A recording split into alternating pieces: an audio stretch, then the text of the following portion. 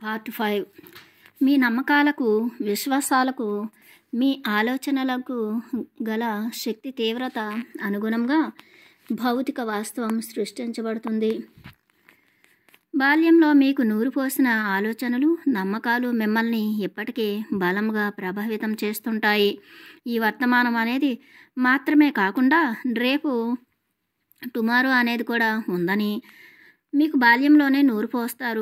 ఆధ్యాత్మికంగా, మానసికంగా, రసాయనికంగా, ఎమోషన్స్ పరంగా మీరు ఇప్పుడు పొందే అనుభవాలన్నీ దాదాపుగా చిన్నతనంలో పొందిన నమ్మకాల వల్లనే సంభవిస్తున్నాయి.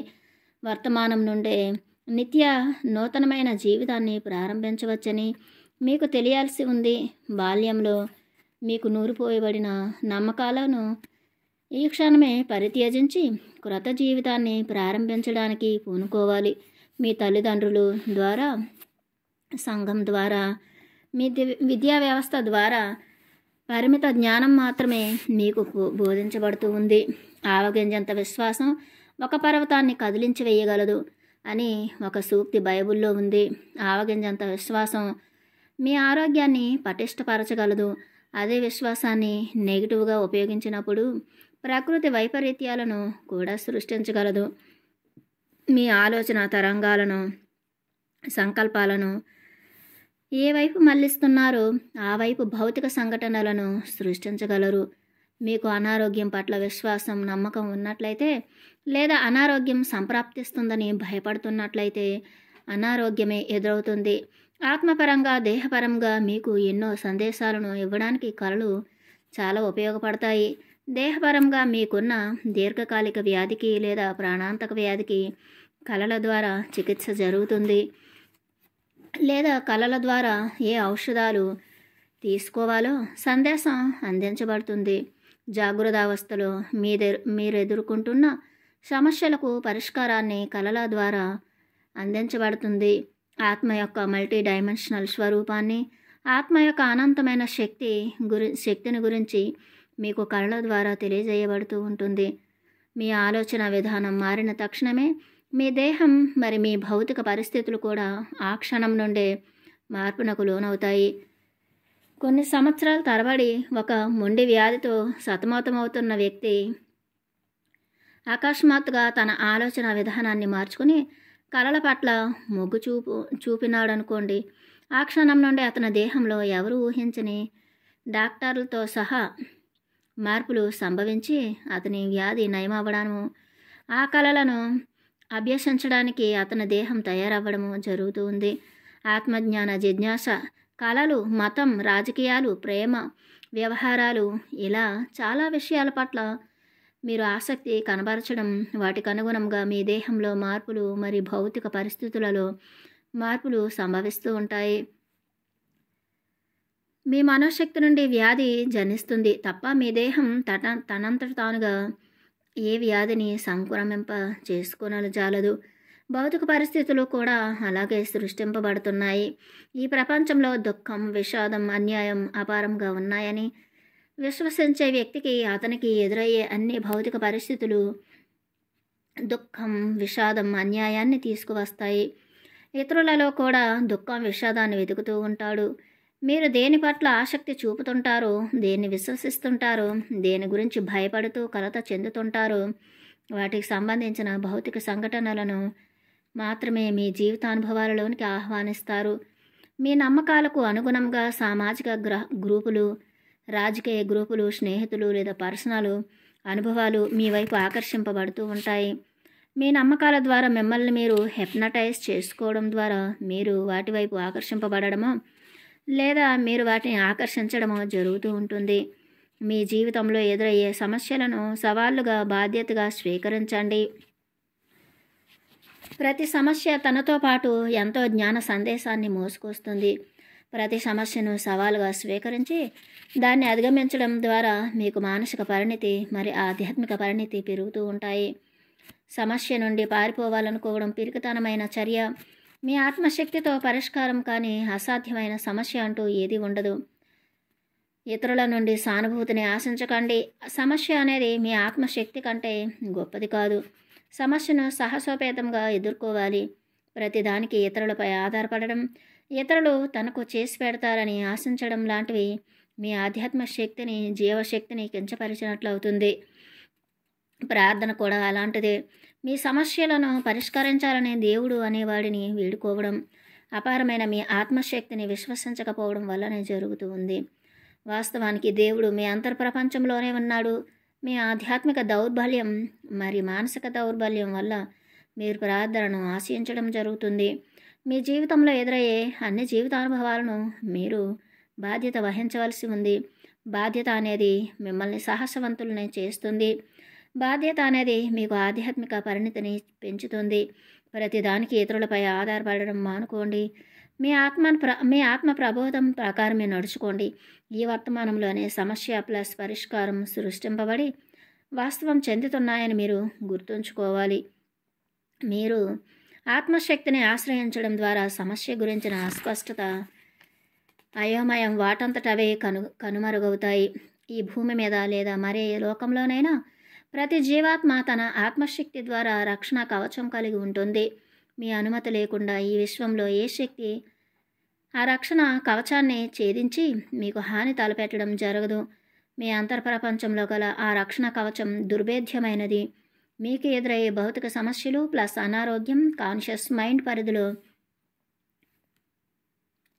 ప్రభావితం చేసి కాన్షియస్ మైండ్ పరిధిని విస్తరింపజేస్తున్నాయి.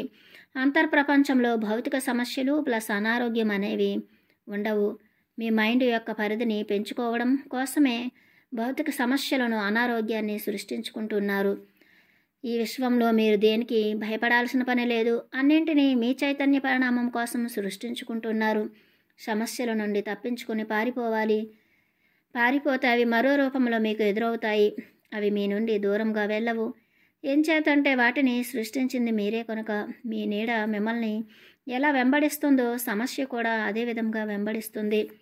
సముద్రం నుండి అల ఎలా పుట్టిందో మీ ఆలోచనల నుండి సవాల్ కూడా అలాగే పుట్టింది. సముద్రానికి అల ఎంత అవసరమో మీ అంతర్ప్రపంచానికి సమస్య అంతే అవసరమని మీరు తెలుసుకోవాలి. భౌతిక సంఘటనలు అనేవి లేకుండా, కర్మలను ఆచరించకుండా జీవాత్మలు ఈ భౌతిక ప్రపంచంలో చైతన్య పరిణామం చెందడం జరగదు. ఆరోగ్య సమస్యలు, భౌతిక సమస్యలు సృష్టింపబడడానికి మీరే కారణమైతే వాటిని ఎదుర్కొని పరిష్కరించుకోవడానికి కూడా మీరే కారకులు కావాలి. దేహం మరియు మైండ్ మధ్య సమన్వయం లోపించినప్పుడు ఆరోగ్య సమస్యలు తలెత్తుతాయి. అపరిష్కృతంగా ఉన్న సమస్యలను అధిగమించడం ద్వారా మీలో సృజనాత్మక శక్తి పెంచబడుతుంది.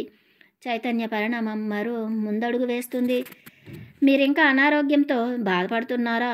అయితే దేహం మైండ్ మధ్య ఎక్కడ సమన్వయం లోపించిందో మీ అంతర్ప్రయాణం ద్వారా తెలుసుకొని దాన్ని సరైన రీతిలో సరిదిద్దుకోండి. మీరు ఈ ప్రకృతిలో ఒక విడదీయరాని భాగం. ఏ దివ్యశక్తి వల్ల మీ ప్రకృతి సృష్టింపబడుతుందో అదే దివ్యశక్తి ఈ విశ్వమంతా వ్యాపించి ఉంది. మీ భౌతిక ప్రపంచమంతా దివ్యశక్తితో నిండి ఉంది. మీ చైతన్య పరిణామాన్ని పెంచడంలో ఎంత ఉత్తేజకరంగా సహాయ సహకారాలు అందిస్తూ ఉంది. ఒక జంతుజాతి సమూహంలో ఏదైనా జంతువుకు జబ్బు చేసినప్పుడు మిగతా జంతువులు దాన్ని ఏకాంతంగా ఉంచి విశ్రాంతి తీసుకునేటట్లు చేస్తాయి. ఇది చాలా సహజమైన విధానం. జబ్బు చేసినప్పుడు ఆ జంతువు ఔషధి మొక్క భాగాలను సేవించడము, నది ఒడ్డున బురద గుంటలో దేహాన్ని ముంచడం ద్వారా సహజ హీలింగ్ చేసుకోవడమో చేస్తుంది. మీ డాక్టర్లు జబ్బు చేసిన వాళ్ళను ఆసుపత్రులలో కుక్కేసి ప్రకృతికి దూరంగా చాలా దయనీయమైన పరిస్థితుల్లో బందీలను చేస్తున్నారు.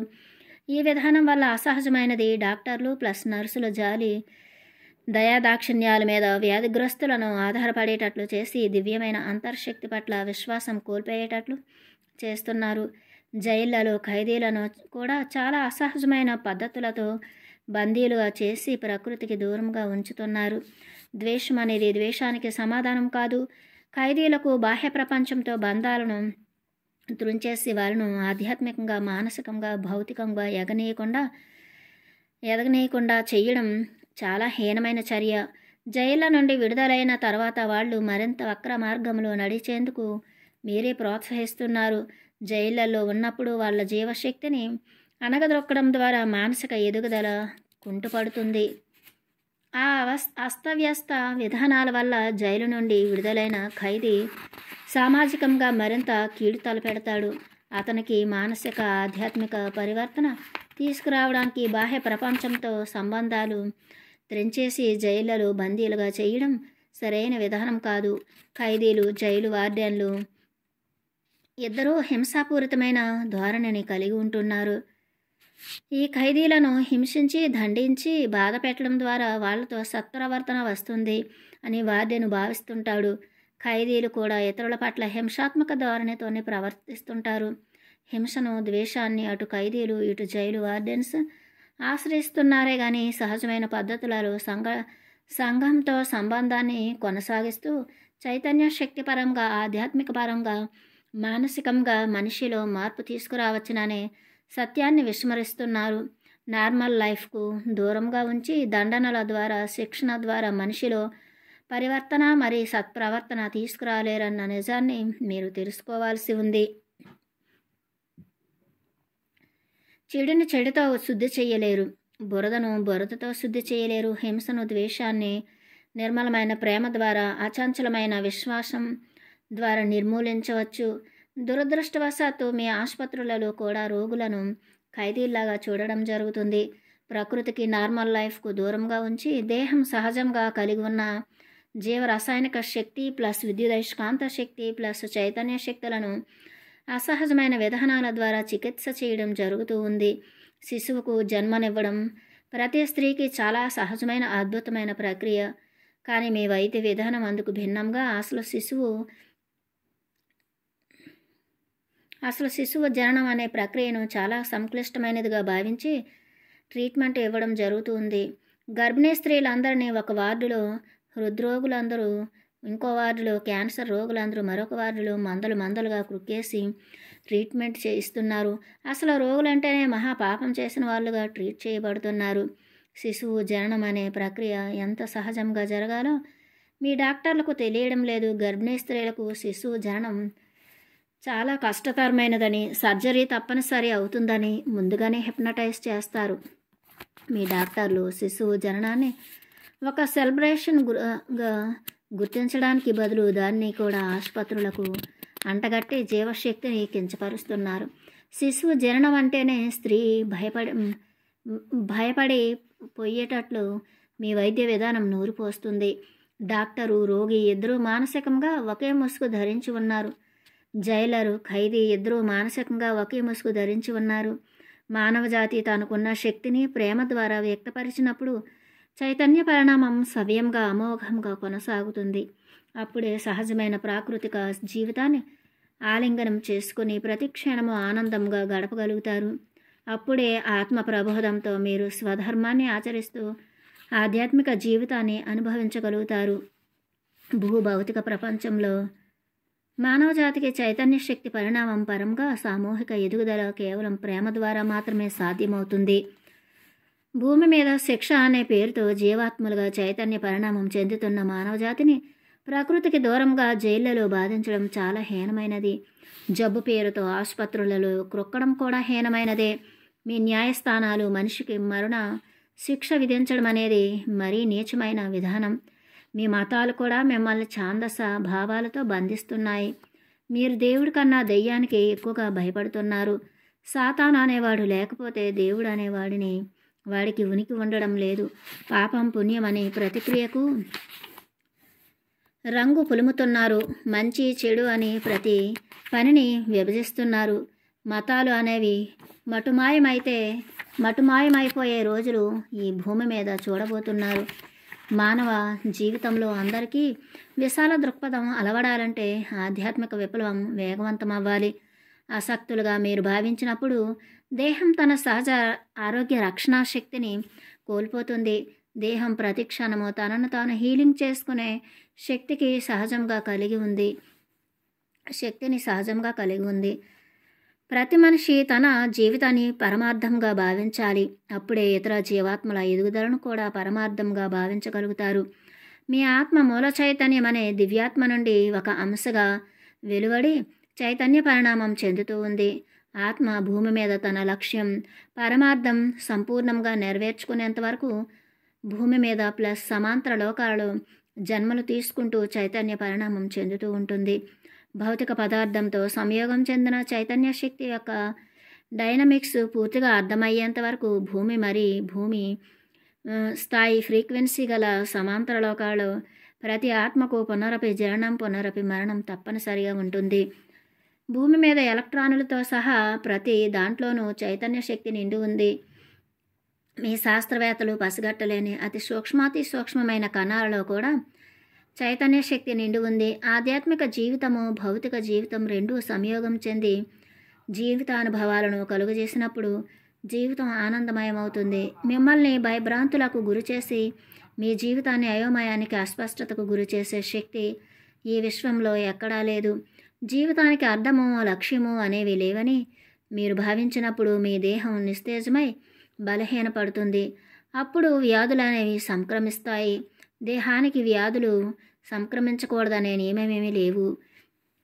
నియమాలేమీ లేవు. కొన్నిసార్లు దేహం తనలో తాను సర్దుబాట్లు చేసుకోవడానికి కొన్ని వ్యాధులను సంక్రమింపజేసుకుని నయం చేసుకుంటుంది. జ్వరం లాంటిదే. జ్వరం అలాంటిదే. జ్వరం ద్వారా మీ ఆరోగ్యం మెరుగుపరచబడుతుంది. మృత్యువును మీరు ఆహ్వానిస్తే తప్ప జ్వరం వల్ల చనిపోవడం అనేది తటస్థించదు. దేహంలోని కూడా మీ ఆరోగ్యాన్ని కాపాడడంలో తన వంతు పాత్రను పోషిస్తోంది.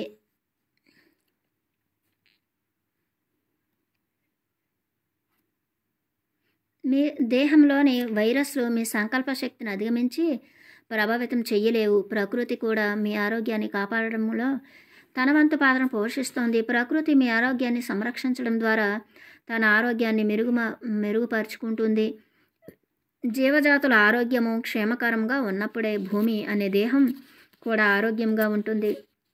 3 డైమెన్షనల్ తలంలో సృష్టింపబడుతున్న అన్నింటి యొక్క మూలం అంతర్ప్రపంచంలోనే ఉంది. చైతన్య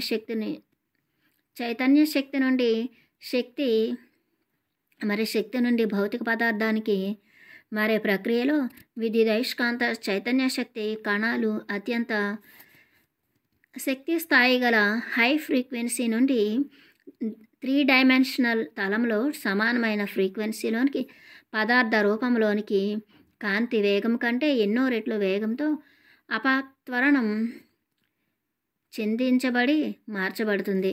ఈ పదార్థంగా మారే ప్రక్రియలో చైతన్య శక్తి కణాలు విద్యుదయస్కాంత శక్తి కణాలుగా మార్చబడతాయి. ఈ విద్యుదయస్కాంత కణాలు తిరిగి భౌతిక పదార్థంగా మార్చబడతాయి.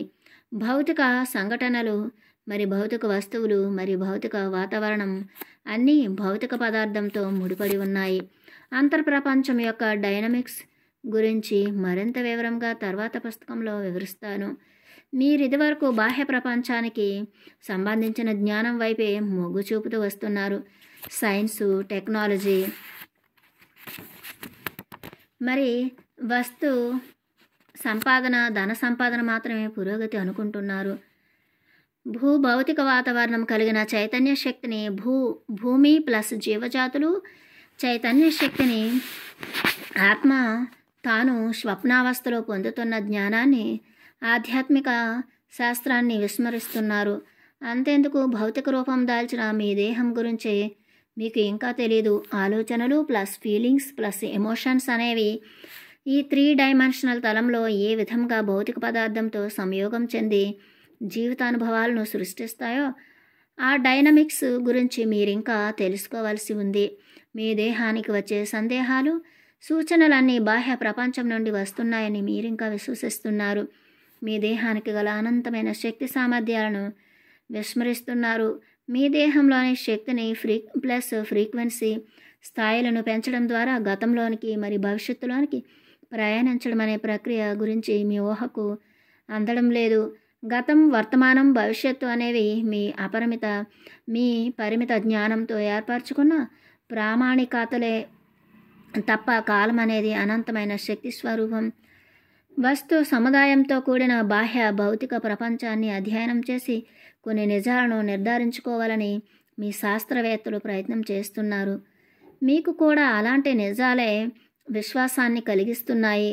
బాహ్య ప్రపంచం నుండి మీరు నిర్ధారించిన నిజాలన్నీ ఒట్టి మాయ. భౌతిక పదార్థం లోపల దాగి ఉన్న చైతన్య శక్తి గురించి, మీ అంతర్ప్రపంచం గురించి, జీవాత్మల అంతర్ప్రపంచం గురించి మీ ప్రయాణం లేదా ధ్యానం ద్వారా నిజాలను నిగ్గు తేల్చడమే అసలైన పరిశోధన, అసలైన పురోగతి. మీరు బాహ్య ప్రపంచం నుండి పొందుతున్న సైన్సు, టెక్నాలజీ, వైద్య శాస్త్రం మరి ఇతర విద్యలన్నీ మీకు జ్ఞానాన్ని ఇస్తున్నాయని మీరు నమ్ముతున్నారు. వాస్తవానికి అది జ్ఞానం కానే కాదు. సముద్రపు అలలను మాత్రమే చూసి అది జ్ఞానం అనుకుంటే పొరపాటే. సముద్రపు అలలతో పాటు సముద్రాన్ని మొత్తము పరిశోధించినప్పుడే మీకు అసలైన జ్ఞానం లభిస్తుంది. దేహం యొక్క జీవ ప్రక్రియల గురించి మీ వైద్య శాస్త్రానికి తెలిసింది చాలా స్వల్పం. మీరు తీసుకున్న ఆహారాన్ని జీర్ణించుకోవడం, దాన్ని రక్తంగా మార్చడం, రక్తాన్ని జీవశక్తిగా మార్చుకుని ప్రక్రియలను వివరించే స్థితిలో మీ వైద్య శాస్త్రం లేదు. మీరు జాగృత అవస్థలో ఉన్నప్పుడు కంటే నిద్రావస్థలోనే దేహం తనకు గల అపరిమితమైన చైతన్య శక్తిని వినియోగించుకుంటుంది. భూమి మీద మానవజాతి వ్యక్తిగతంగా మరి సమిష్టిగా తన వాస్తవాన్ని తనే సృష్టించుకుంటున్నది. భూప్రపంచంలో చోటు చేసుకునే భౌతిక ఆకాంక్షలు, సంకల్పాలు డ్రీమ్స్కు అనుగుణంగా సృష్టించబడుతున్నాయి. వాటిని సృష్టించడంలో మానవజాతి ఎక్కువ పాత్ర పోషిస్తూ ఉంది. మీ జీవితంలో ఎదురయ్యే సర్వ పరిస్థితులకు మీరే కారణం. విధి, దైవ నిర్ణయం ఎంత మాత్రం కానే కావు. మీ జీవితంలో ఎదురయ్యే పరాజయాలు, విజయాలు, పరాభవాలు, గౌరవాలు, కష్టం, సుఖాలు అన్నింటికీ మీరే బాధ్యులు. వాటిని మీరే సృష్టించుకుంటున్నారు. వాటికి ఇతర మానవులు కానీ ఇతర జీవజాతులు కానీ నిందార్హులు కానే కారనే విషయాన్ని మీరు గ్రహించాలి. ఈ వాస్తవం ఒక్క భూమి మీదే కాకుండా అన్ని లోకాలకు వర్తిస్తుంది. అన్ని లోకాలకు ఒకే సత్యం ఉంటుంది. ఒక లోకం యొక్క ఆధ్యాత్మిక పరిణితిని బట్టి అక్కడ ప్రత్యేకమైన ధర్మం ఆచరణలో ఉంటుంది. మీ జీవితంలో ఎదురయ్యే జీవితానుభవాలకు, సవాళ్లకు మీరే బాధ్యత వహిస్తూ మీ ఇష్ట ప్రకారమే నడుచుకుంటే అది ధర్మబద్ధమైన జీవితం అవుతుంది. ఇతరుల ఆకాంక్షలకు, వాళ్ళు పెట్టే ప్రలోభాలకు, వాళ్ళ మెప్పు కోసం ఆచరించే కర్మలన్నీ మీకు సమస్యలను, దుఃఖాన్ని కలుగజేస్తాయి. మెప్పు కోసం ఆచరించే కర్మలన్నీ మీకు సమస్యలను, దుఃఖాన్ని కలుగజేస్తాయి. దానివల్ల మీకు ఆధ్యాత్మిక పురోగతి ఉండదు. అనంత శక్తియుక్తులు మీ అంతర్ప్రపంచంలోనే ఉన్నాయి. మీ అంతర్ప్రపంచం నుండే గైడెన్స్ తీసుకోండి. మీ సందేశాలు మిమ్మల్ని తప్పుదోవ పట్టించవు. దీనికి భయపడకండి. ఈ విశ్వంలో ఏ శక్తి మిమ్మల్ని భయభ్రాంతులకు గురి చెయ్యదు. మీ అంతర్ప్రపంచమే మీ దైవం. మీ మతాలు బోధిస్తున్నట్లు స్వర్గం, నరకం అనేవి ఎక్కడా లేవు. మరణం తర్వాత ఇంకొక లోకాన్ని చేరుతారు. అక్కడ ఆధ్యాత్మిక శాస్త్రాన్ని అభ్యసిస్తారు. మీ పరిమిత జ్ఞానంతో, పరిమిత భావాలతో, మూర్ఖ విశ్వాసాలతో మిమ్మల్ని మీరు శిక్షించుకుంటున్నారు తప్ప మిమ్మల్ని శిక్షించేవాడెవడు ఈ విశ్వంలో లేడు. ఆత్మ యొక్క అన్ని ధర్మాలను వ్యాకోచం చెందించి విస్తరింపజేసుకోవడానికే మీరు ఈ భూమి మీద జన్మ తీసుకోవడం జరిగింది. భూప్రపంచంలో అన్ని జీవాత్మలు తమ సహజ ప్రవృత్తిలో చైతన్య పరిణామం చెందడానికి జన్మలు తీసుకున్నాయి. భౌతిక వాస్తవాన్ని ఆస్వాదిస్తూ ఆత్మశక్తి యొక్క ధర్మాలను విస్తరింప చేసుకోవడం కోసం ఏ కాలంలో పుట్టాలో, ఏ దేశంలో పుట్టాలో, ఏ పరిస్థితులలో పుట్టాలో అన్నీ ముందుగా డిజైన్ చేసుకుని జన్మలు తీసుకుంటున్నారు. చైతన్య పరిణామం చెందడం కోసం ఒక మహదాశయాన్ని ఎంపిక చేసుకుని ఈ భూమి మీద జన్మ తీసుకున్నారు. దాన్ని నెరవేర్చడం కోసం విభిన్నమైన భౌతిక సంఘటనలను సృష్టించుకుంటున్నారు. ఏవి సరైన సంకల్పాలు, ఏవి కావు. సరైన భౌతిక సంఘటనలను ఎంపిక చేసుకోవడం ఎలా? సరైన ఆలోచనలను ఉత్పన్నం చేయడం ఎలా? సరైన నిర్ణయాలు తీసుకోవడం ఎలా? జీవితంలో సరైన దృక్పథం ఏమిటి? ఇలాంటి ఎన్నో ప్రశ్నలు మిమ్మల్ని వెంటాడుతూ ఉంటాయి. ఆధ్యాత్మిక పరిణితి, మనో వికాసం పెరిగే కొలది సరైన సంకల్పాలను, సరైన దృక్పథాలను, సరైన ఆలోచనలను ఎంచుకునే సామర్థ్యం పెరుగుతుంది. ఆధ్యాత్మిక పరిణితి లేకపోవడం వల్ల మీలో విశాల దృక్పథం కొరవడుతుంది. మీ యొక్క సహజ ప్రవృత్తి, మీ స్వభావానికి అనుగుణంగా భౌతిక సంఘటనలు మీ వైపు ఆకర్షింపబడుతుంటాయి. ఎటువంటి భౌతిక సంఘటనలను ఎంచుకోవాలో మీ సహజ బోధన ద్వారా, ఇంట్యూషన్ ద్వారా మీకు అందించబడుతూ ఉంటుంది.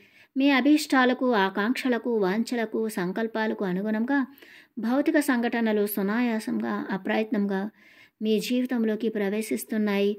ఆధ్యాత్మికంగా సరియైన అవగాహన లోపించడం వల్ల అపసవ్య భౌతిక సంఘటనలను ఆకర్షించి మీ జీవితాన్ని బాధామయంగా చేసుకుంటున్నారు. మీకు ఇది వరకు మత బోధకులు చెప్పిన పరిమిత జ్ఞానాన్ని, కాలం దూరమునకు సంబంధించిన కాన్సెప్టులను, తర్కం, విశ్లేషణలపై ఆధారపడిన ఇంటెలిజెన్స్ను ఇక్కడ పెట్టి మీ జీవన విధానంలో ఒక నూతన ఒరవడిని ప్రవేశపెట్టండి. పాత చింతకాయ పచ్చడి లాంటి అలవాట్లకు స్వస్తి చెప్పండి. సర్వ సమర్థతలు మీ అంతర్ప్రపంచంలో దాగి ఉన్నాయనే సత్యాన్ని మరవకండి. భూమి మీద మానవులందరూ సమస్త జీవజాతులతో సఖ్యతతో మెలుగుతూ సహాయ సహకారాలు అందిస్తూ విస్తారమైన జీవకారుణ్యంతో, మైత్రితో చైతన్య వికాసం చెందుదురుగాక. సకల ప్రాణికోటి పట్ల అనురక్తి కలిగి ఉందురుగాక. మానవ సహజ దివ్యత్వం పట్ల విశ్వాసాన్ని కలిగి ఉందురుగాక.